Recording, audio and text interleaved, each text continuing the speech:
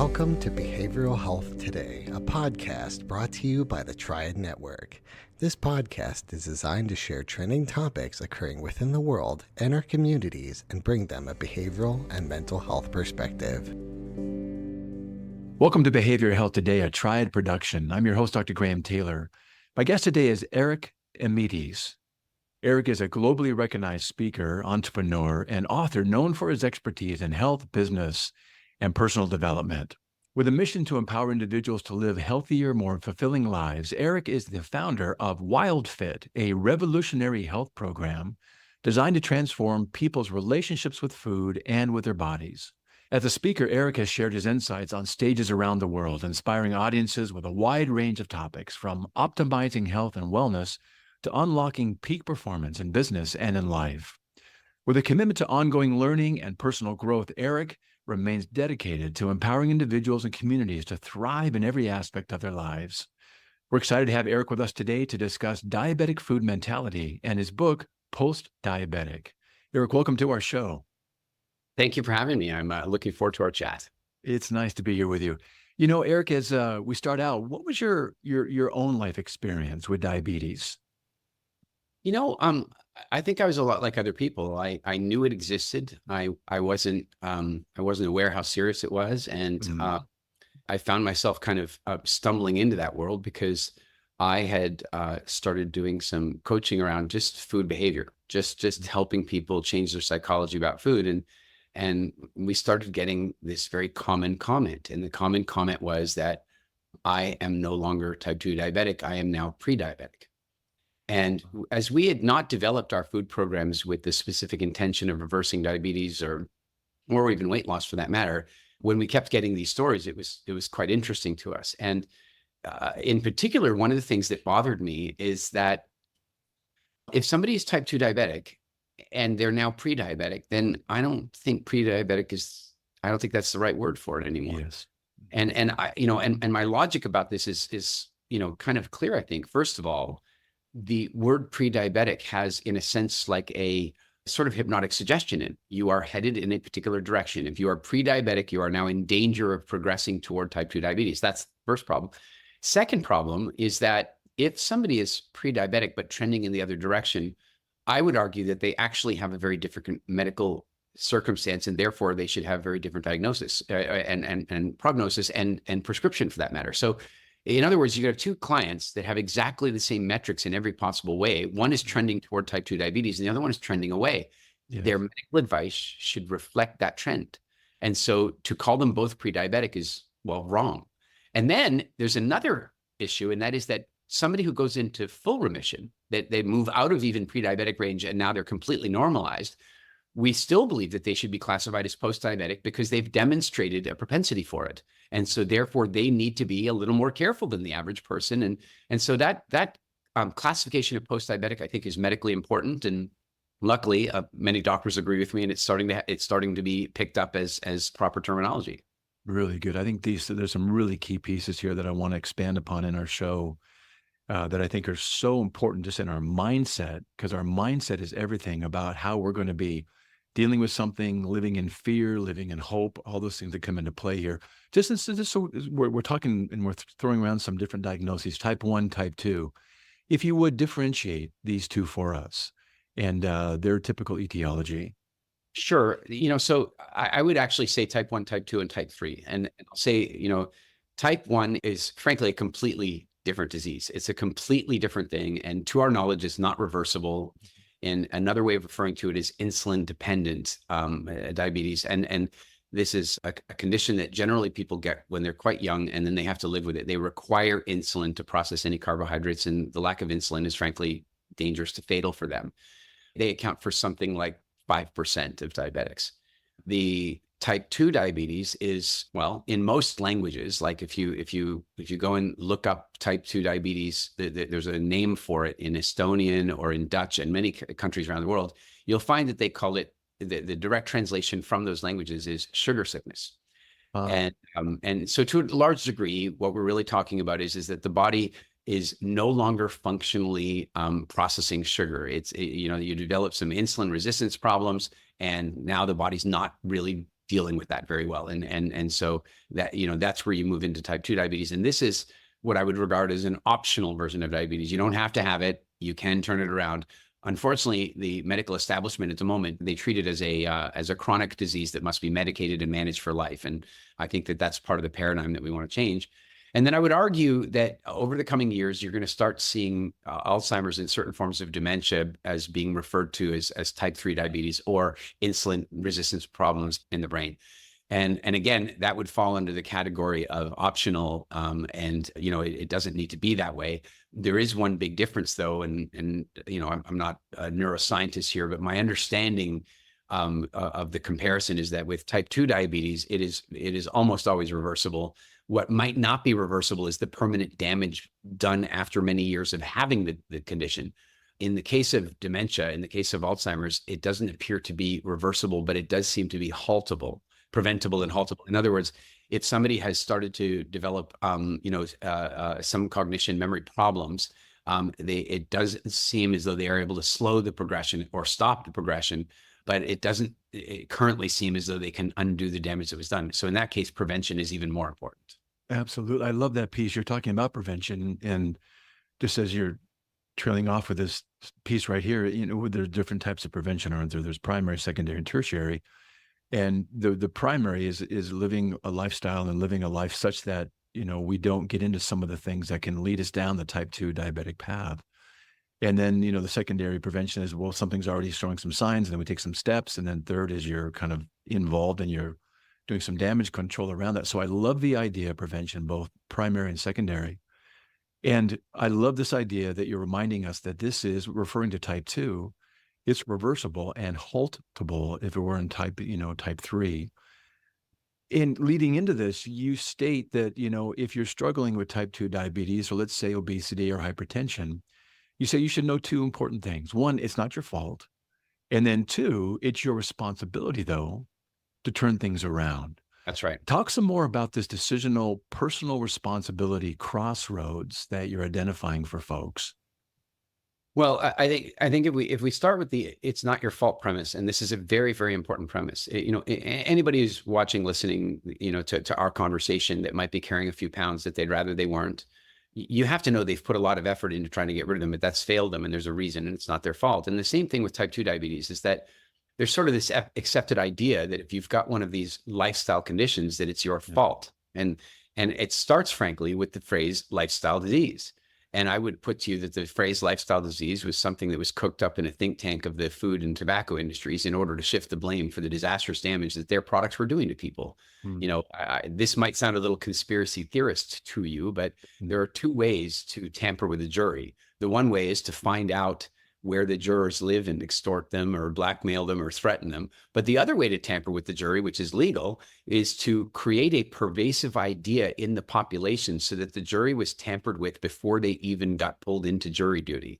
And so what do I mean by this? Well, if you're a tobacco or food company, you start getting worried about class action or, in a sense, product liability suits. You start being concerned about that.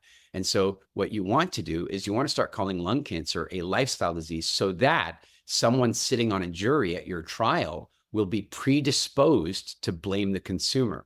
And frankly, that worked beautifully for them all the way through the 70s and 80s. They barely lost a single case. It did start to shift toward the 90s as people both began to wake up to what they did to hide the consequences from people. But then what did they do? As they saw their businesses under tremendous threat, they started divesting and reinvesting and buying up food companies. And so we're starting to see that exact same thought process. It was soft drink companies that came up with the idea that you could outrun or outcycle the calories that you were about to put in. They did that because they saw consumers becoming concerned about wanting to reduce their calorie intake. And they said, you don't need to reduce your calorie intake. You just need to move more. Right. When I say it's not your fault, I mean, it's not your fault. I mean that you don't have a lifestyle disease. You have a disease that is a direct result of immoral and unethical activity on the behalf of a profit-seeking food industry, and then, frankly, a disastrously misinformed diet industry.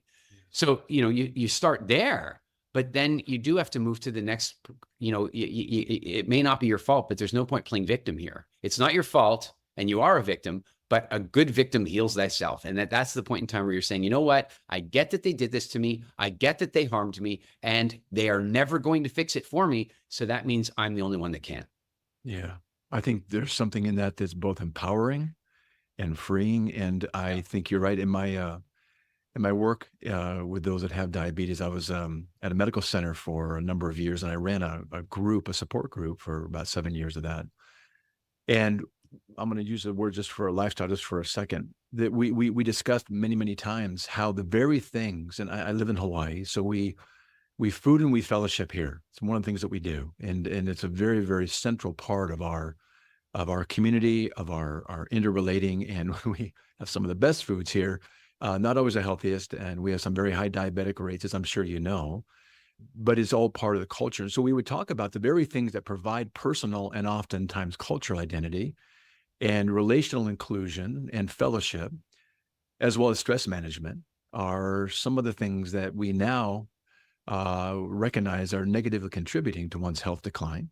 Yeah. And the need to have those things addressed and often changed. And in your book, you identify the diabetic food mentality and how it affects individuals managing diabetes. And explain a little bit more for us about this, as well as contrasting it with traditional approaches and identifying the importance of moving towards greater health with this kind of mindset that changes the narrative that you're identifying for us. You know, there's a general thought process, and that is that in order to understand how to solve a problem, you kind of have to understand the problem itself. And so if we start with the current paradigm or the current, sort of perspective that diabetes is a chronic disease that has to be managed and medicated for life, Yeah. well, then right off the bat, we have a problem because that's not what it is. And so that means that any solutions we look for are going to misfire. They're not going to be appropriate. But just to insert something just real quick, what you're saying right there was something in that you referred to earlier. It's almost a hypnotic suggestion, and it's shaping the narrative preemptively, so people only know this because the medical industry is supposed to respect and trust them. This is the way that they're shaping it. So this becomes our natural mindset. So now we give into and don't recognize that it's anything other than what you just mentioned. And it is a very powerful suggestion that shapes everything, including motivations and our own decision-making, doesn't it? Yeah. And there's another sort of insidious aspect to that. And that is that, if somebody goes to the doctor and they have a cancer diagnosis, I mean, the news is dropped on them like an anvil. Like it's a big diagnosis. I'm really sorry to tell you this. It's very news. When somebody goes to the doctor and to find out they have diabetes, it's like a throwaway. It's like, oh, you're diabetic now.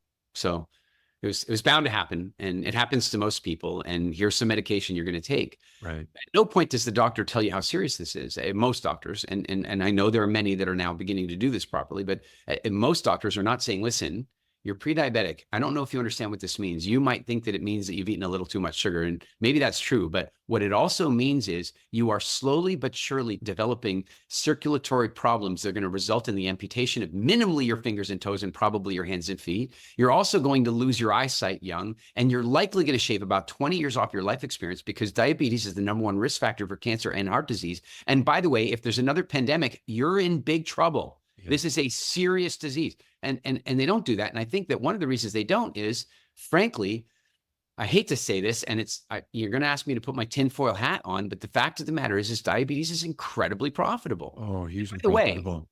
By the way, that it should not be so profitable. And as a demonstration of that, quite aside from the optional basis of it and the reversibility of it, the guy who discovered exogenous insulin is a principle. The guy who figured out that you could extract insulin from dog pancreases and put them into humans and balance out their sugar, and then figured out how to synthesize it, Banting, he figured this out. He's a Canadian guy, figured this out, and was so convinced that people had the fundamental right to insulin that he sold the patent to the University of Toronto for $1 because nobody should be making money on this. And somewhere between that decision and today, now diabetes is going to cost America $400 billion this year.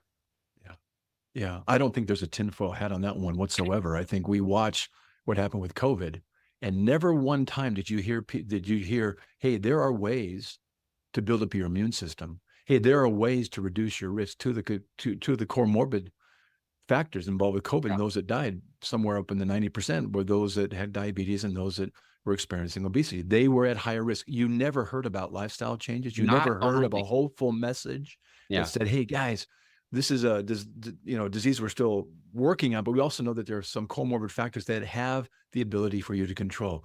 Let's focus on those while we're doing other things. That Frankly, never happens. you Why? said Because that. the money's in it.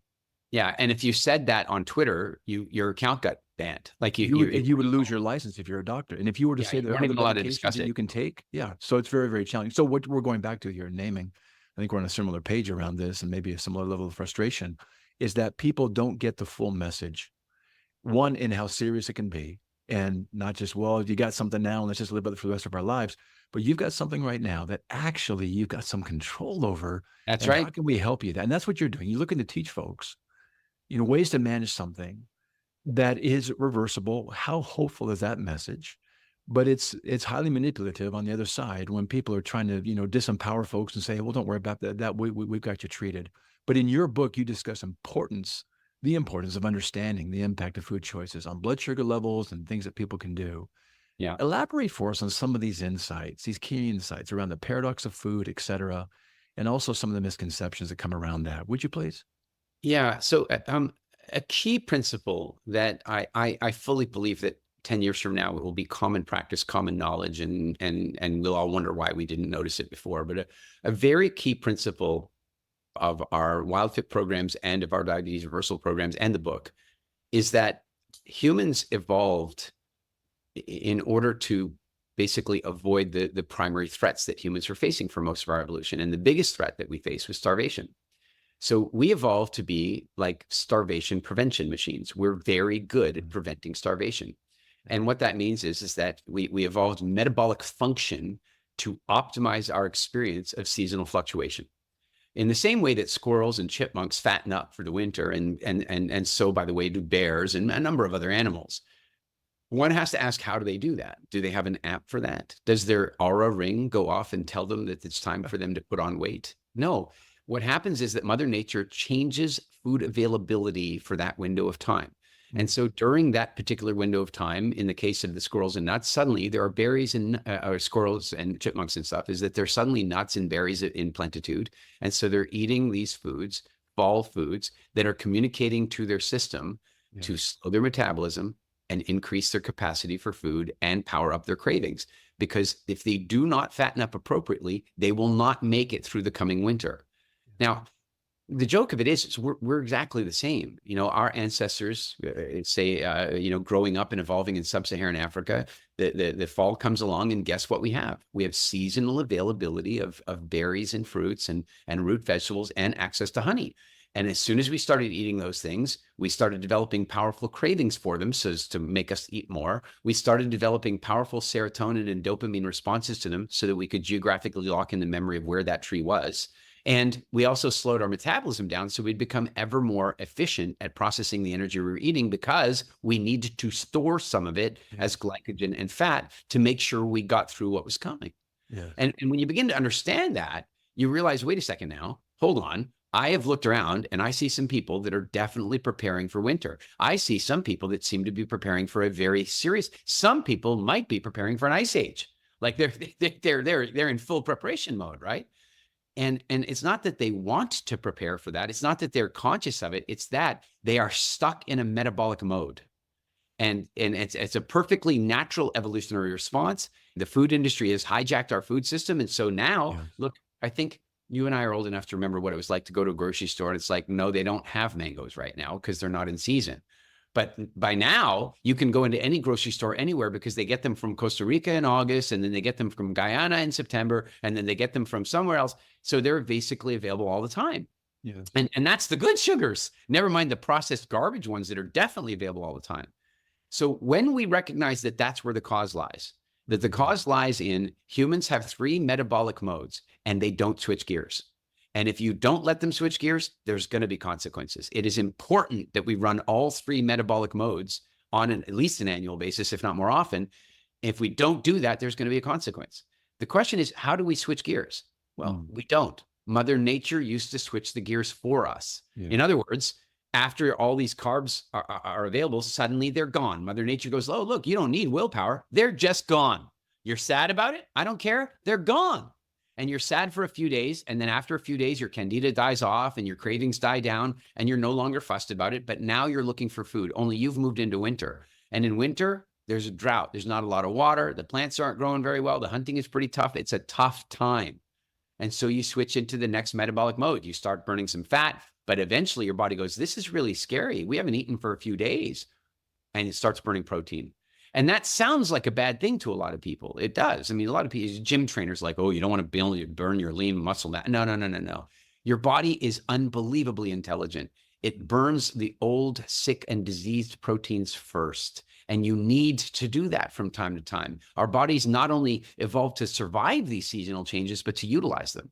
And then, of course, what happens next? The skies go dark and lightning starts ripping through the horizon. Thunder rolls across the sky and the rains begin. And the green shoots start shooting up and the hunting becomes prolific and amazing. And you suddenly enter a period of caloric abundance, no carbohydrates, but massive calorie abundance. And weirdly, even though you're eating a calorie surplus, the weight starts falling off your body because it doesn't need it anymore. And the challenge is Mother Nature got interrupted and we're all stuck. We'll be right back after word from our sponsor.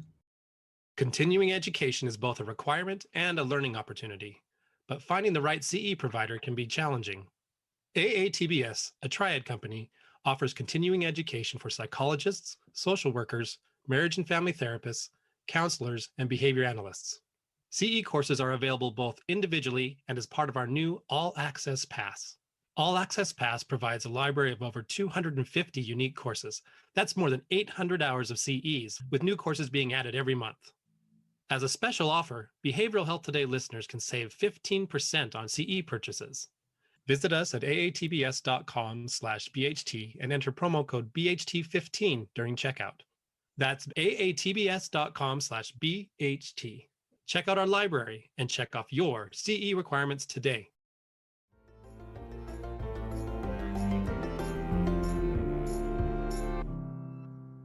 Yeah, what a great description. What a wonderful description of how this whole metabolic part plays out in all of this. I want to kind of bring in the psychological perspective and what you're noticing and what you're encouraging folks with regards to their mindset, their perception, their emotional state, and how you address this in your book, Diabetic Food Mentality. Talk about those things right there, the mindset, perception, and emotional state that you would really encourage people to move into. So mindset is a very important thing relative to food. And there's a little bit of a chicken and egg response to it because, one of the things that happened when we first started doing our programs is one of my team who'd been in the diet industry previously said, what are you going to do when you get people with eating disorders? And I had two answers for it. First, everybody has an eating disorder. Some people just have really bad ones. And then my second response to it is, no, listen, we're not here for the really bad ones. We're not here for anorexia. We're not here for bulimia. That's not what we're doing. No. You know what happened? People would come into the program and not disclose those conditions to us and then write to us in the 7th, 8th, and 9th week and say, it's over. I'm no longer purging. And I'll explain this very important why that was happening. We had to dig into it. We had to do some research and we had to survey people and find out what was going on. Here's what's going on is that somebody who has one of those conditions is fundamentally malnourished, right? If they're anorexic, they're not eating enough. If they're bulimic, they're eating too much and vomiting it out. But they then become malnourished. And as a function of being malnourished, they become emotionally unbalanced and they make bad food decisions, which causes more malnourished, and they're in a feedback loop. All we ever did was show them how to improve nutrition. We didn't try to address their disorder in any way. We just improved nutrition. And by the time we got to about the 6th week, they're like, I no longer feel that way. So there's a chicken and egg thing with mindset and nutrition. I happen to believe that the simplest way to cure the vast majority of depression, sadness, and anxiety is to eat properly. Like you'd be amazed how much stuff goes away when you eat properly. But it's tough to eat properly unless you fix your mindset. So to address people's mindset, there's a lot of interesting perspectives, but the one is to recognize this, that everybody is dealing with some mild version of multiple personality disorder when it comes to food. I know this seems like a big statement, but it's true. Like, and the best way to observe it is that I'm sure you've been in the situation where you go to a party and, maybe you've been on a diet and then somebody hauls out the tiramisu. And then, you've got this voice in there that says, hey, listen, Graham, they got the tiramisu over there. And then the other voice goes, hey, stop that. We're on a diet. And then the other voice goes, yeah, but you've been doing so well. You deserve a treat every now and again. How about just one bite? You know that one bite leads to more bites. It doesn't have to this time. Right? I mean, like talking about the angel devil on each shoulder. That's right. We talk about the food angel and the food devil, right? Right. And so that's a very, very big part of people beginning to learn their food psychology, because most people have this. And by the way, there's not just one food angel or food devil, I should say. Like I know when I went through this exercise with myself, I found out that I had two really powerful ones. One was the whiny teenager. Oh, come on, can't we? No. We need it, but it's so good. And when you work the so whiny hard, teenager and the parental kind of super ego saying no. Then you've also got the drug dealer. The drug dealer's like this. The drug dealer's like, hey, Graham, Peter bought donuts to the office. Angel's like, we're not eating donuts at the moment. He goes, yeah, but they're free. You don't want to give up the free ones. Okay, look, no, we're not doing it. Maybe just one. One. We've all had these dialogues, right? And so one of the big things we do with our clients is help them identify their food personalities around that. Like what are your internal manipulative tendencies? And then the next step that's really exciting about this is recognizing that the food industry has sponsored our emotions and hijacked our holidays, and they've done everything they can to shortcut our food decisions. So here we are. Look, there are people who cannot experience Easter without chocolate. Like, if there's no chocolate, it's not Easter. Well, I can just say that I went to an Anglican school as a boy, and so we had Bible study, and I've been through that document quite a few times. And I got to tell you, I've looked through it. There he is, Jesus, and there's the trial, and then there's the whole putting him on the cross and all that kind of stuff. No chocolate. I didn't see any chocolate at the Last Supper. Yeah, I didn't notice that. No, there was no chocolate. And then I went and read the prequel, the nativity scene, and the wise men, they brought frankincense, myrrh, and gold. Nobody have brought Christmas cake and candy canes. Like, how is it that those holidays have been hijacked so beautifully? And they've been hijacked so thoroughly that now people feel like they can't even experience that religious holiday without that particular food. But they didn't stop there. Then they went to, it's 4:00 and you're feeling low of energy. You deserve a break today. You deserve a Kit Kat. They started sponsoring particular emotional responses. One of the things we do with our big groups and classes, like we might have a few thousand people on a given call, like on a Zoom call, and we ask them this: please, you guys all are the food doctor, and I want you to tell us, what would you prescribe to help us solve depression? Chocolate, ice cream, wine, chocolate, cake, ice cream, cookie, donut, chocolate, wine, chocolate. Like, that's, everybody knows. Oh, what would you do to deal with tremendous feelings of loneliness? Oh, definitely wine. Yeah, definitely. Yes. And those things do not help with depression or loneliness. But what you're holding up here, though, is how brilliant. I tell parents, dealing with, phones and apps and things for social media for the kids, I tell them behind every app on your children's phone are 40 psychologists telling the industry when to put the bings and the whistles and the reward. They come in, they keep them like Vegas, intermittently reinforced. They keep you stuck. What you're talking about right now is how powerful we have been conditioned, not unlike lab rats, with these pre and post-hypnotic, suggestions, the conditioning of our mindset that gets us to we hear a little bit of a bell, and like Pavlov's dog, we begin to salivate. It's 4:00, Kit Kat. Going through a difficult time, where's that bottle of wine? And we have this natural response that goes on. How powerful that is. I was curious about one thing too, as you're talking. When I was running my groups, I was always asking the folks, why are you here in this group? And I would frame it in the context of, what was your it? The it that brought you here. One guy said, well, it was my wife threatening my life. If I don't go and get myself healthy, she's going to kill me before the diabetes does. Or one guy said, or one woman said, I want to see my granddaughter graduate. Yeah. What are some of the its that you hear people coming in with that are shared as a way to get them to a stage of readiness, maybe for the very first time, to take a look at their life and possibly changing it? So we work with our clients with that principle very strongly, and we work with it from two sides. We create Oh, something that we call a success tableau, mm, which is a very specific moment in your potential future that has such high emotional attachment for you that it can attract you through any challenge. And I'll come yes. back to that in a moment. Then the other thing we do is we create something called a rock bottom perspective. And rock bottom is a very interesting place. If we use something extreme like alcoholism, what I would suggest is that rock bottom is the place of death or recovery. You know, you've gone so far that you either die or you Yeah. recover. And so what if we can find a way to get people to associate with rock bottom long before they hit it, Mm, right? So what we do is we create a rock bottom tableau, which is to say, what is the moment that you most want to avoid based on your current track? And then we want to take your success tableau. So the rock bottom moments, to your question, that people typically want to avoid, and we often have to help them find this, but it's like, I want you to imagine you're sitting in the doctor's office and there's a scan on the screen and your doctor is saying to you, there's a mass.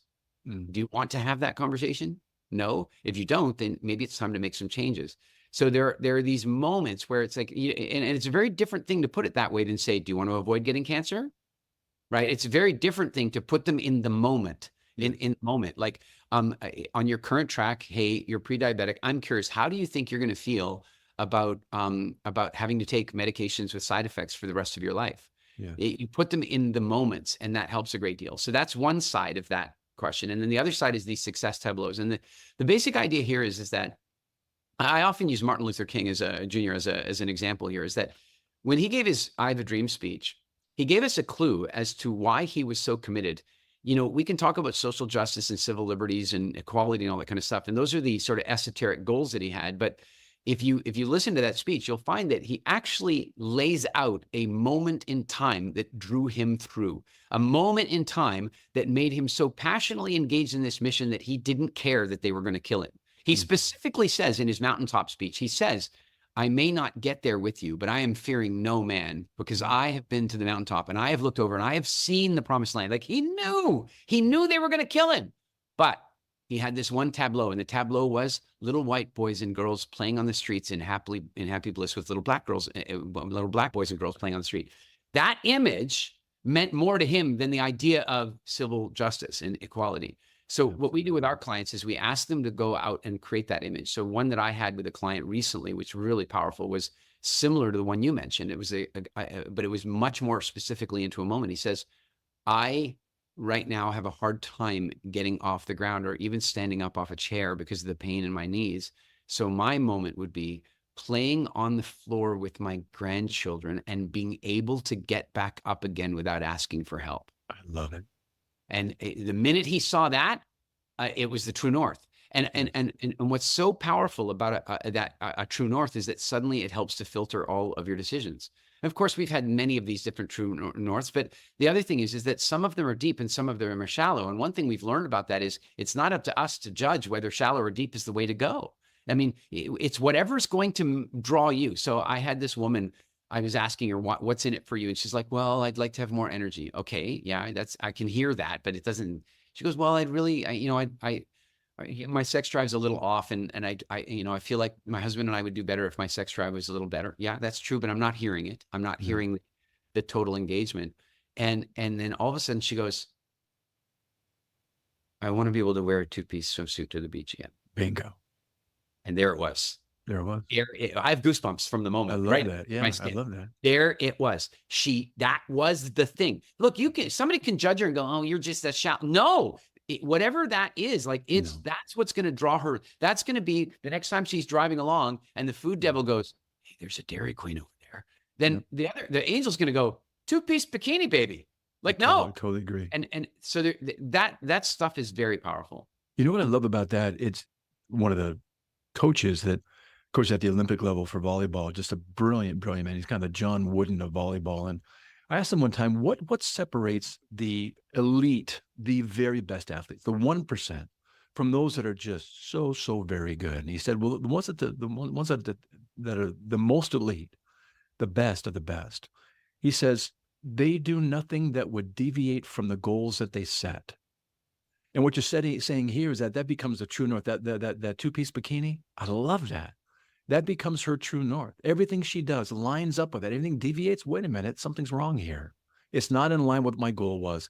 And there's something very organizing, something very motivating that really is so very helpful from the mindset that you're saying that this is what we can develop. And I love that you guys start out with these success, tableaus and the rock bottom perspectives. What a great way to set a cornerstone piece.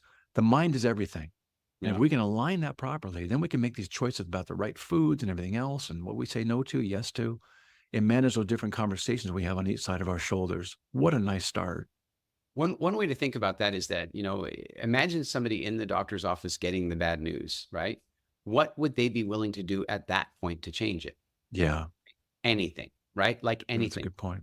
So when we recognize that the human experience only ever happens in the present, everything is in the present. There is nothing else. There is the present. There's your memory, your distorted, deleted, and generalized memory of the past, right? But you're still experiencing that in the present. You're experiencing the memory of the past in the present. And then you've got the future, and the future is a projection, and you're experiencing your projection of that future in the present.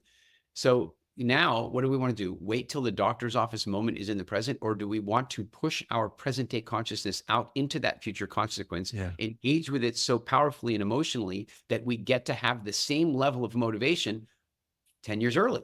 Yeah, I like that term, age with it now.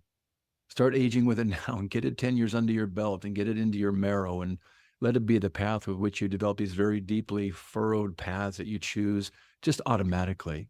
Hey, let me ask you a quick question, if you don't mind me asking. Just what's your thoughts on those with diabetes? I still work with a couple of diabetic patients now, but your work with them and intermittent fasting. Do you have much about that? Well, intermittent fasting, what happens in the diet industry is something comes along and it works a little bit and people turn it into an extreme. So you have this baby bathwater thing where it's like, I'm going to just do this. Like, keto came along, and ketosis is a very valuable biological function of the body, but it's not a lifestyle.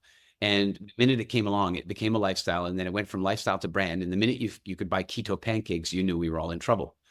So, what I would say is the same thing kind of happened with intermittent fasting. What I would say is in WildFit, we use something called natural nutritional rhythms, which is to say, look at the way our ancestors likely ate, and that will probably give you some clues as to how we optimize for digestion. So as an example, what's the perfect breakfast? Your own body fat. Like, you shouldn't be eating first thing because our ancestors didn't have food storage. So they woke up in the morning, and the only way they had any food is if they had some meat left over from the hunt from the day before. And that's not so likely either. So what did that mean? It meant immediately they had to get up and go for a walk. So what I suggested, this is not intermittent fasting. This is a natural nutritional rhythm. Get up, go for a walk, then come back and eat. And in the case of, men and women can do this, but in the case of men, I would say that after a long hunt, what was the first thing you ate? Protein. Right? Because you've now done all this damage to your muscles. And so your body's looking for assimilation, and eating protein at that point would be really ideal. Same thing at night. What the hell are you doing eating before you go to bed? And by the way, there's a really good reason for not doing it. You probably know this, but you produce human growth hormone at night. And the problem is human growth hormone is very, very, very susceptible to insulin. The minute you've got insulin, it breaks down your growth hormone. So now you've got all these people that are producing the literal fountain of youth right inside their own body. I mean, you could go to Gold's Gym and buy it for $800 a month or something, but you make it yourself. Right. But the trouble is that most people are snacking on insulin-causing foods and breaking down their own growth hormone. So in that sense, we agree that you shouldn't eat for the 4 hours or so before you go to bed. But I don't call it intermittent fasting. I call it natural eating. Really good. I really like that. More important for diabetics, in my opinion, and you'll see this in the book, is that these metabolic modes. Ketosis is a very healthy seasonal state that everyone should live with if they want to be disease-free, but they shouldn't live with it every day all year. And so I believe that, if I'm dealing with somebody who's got, say, weight to release, or they've got diabetes to reverse, let's say that they're both going to eat the same amount of sugar. That's okay. They can eat the same amount of sugar, and one of them will fail every single time, and the other one will exceed massively, as long as they change one thing about that sugar. And that is that I'd rather you ate the same amount of sugar for 3 days, but eat it all in that 3 days, and then don't eat sugar for the other 27 days, rather than eating a little bit every day. And that's one of the things the diet industry is, oh, you can have just a little bit today. You can have a little bit. Well, every single day that you eat sugar, your body gets the message that winter is coming. So that's it. You're not going to release any weight and what have you. So more than intermittent fasting, I suggest that spring in WildFit, which is, healthy, clean ketosis, is a very valuable tool, and full water fasting is a very valuable tool. Really good. Just real quick too, define for us what ketosis is for our listeners' benefit. Sure. I could give you like a boring scientific sort of definition if you like, but you can find that online. Let me give you more of an explanation, I think. Appreciate it. First of all, the pancreas is a magical organ, and it's more than a dual function organ. For the sake of this conversation, it's a dual function organ. It produces insulin and it produces glucagon. When you're eating carbohydrates, it produces insulin to immediately metabolize to get rid of that sugar, because too much sugar in your blood will kill you. So your pancreas is pushing out this insulin, and that insulin is opening up your cells and letting the sugar go into those cells. And that's the job. That's what it's supposed to be doing. When you are not eating carbohydrates of any kind, the pancreas switches gears and it starts producing glucagon. And glucagon communicates with the body that it can start releasing glycogen stores and fat stores. So you switch fuel sources. When you switch fuel sources, you are now you're moving into fat burning, or you're moving into ketosis. It's called ketosis because, of course, what you're producing is ketones, and they're showing up in your blood and your urine, and now you're in ketosis. What's happened with ketosis is that because it can work, Atkins really popularized it many years ago, because it can work, people threw the baby out with the bathwater and said it's the only way to live. And I would put to you that being trapped in ketosis permanently, while not as dangerous as being trapped in sugar season permanently, is also not a good idea. I would agree. We're kind of winding kind of the corner here, but I'd love you to share maybe a success story that stands out to you, maybe a testimonial from somebody that comes in and says, "Hey, Eric, this is my beginning. This is where I started. This is my life. And here's where I'm going, or here's where I've gone since I've kind of looked at your book, your 9-week program, et cetera." Give us a success story, would you? There's a very recent one, and I don't think I've ever shared this on an interview before because it's very recent, but a woman, Sophie, she did our program about a year and a half ago, and she had found, like many people, that as she crossed over certain age thresholds, that her metabolism began to sort of betray her a little bit, and weight started creeping on, and then there were some life events and what have you. And the next thing you know, she was fairly dramatically overweight, and guess what? Diabetic.